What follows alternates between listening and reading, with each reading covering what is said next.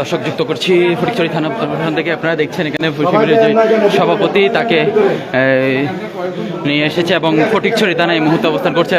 তাকে ফটিকছড়ি থানার যে তদন্ত কর্মকর্তা রয়েছে তার রুমেই তাকে প্রবেশ করিয়েছে। আমরা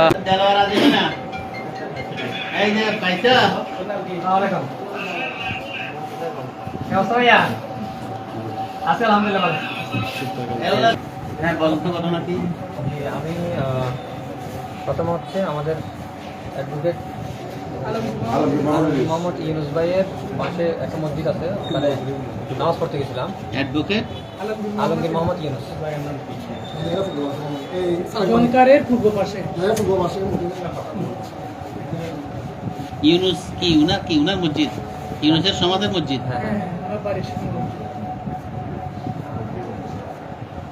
সমাজের মসজিদে নামাজ পড়তে গেছি।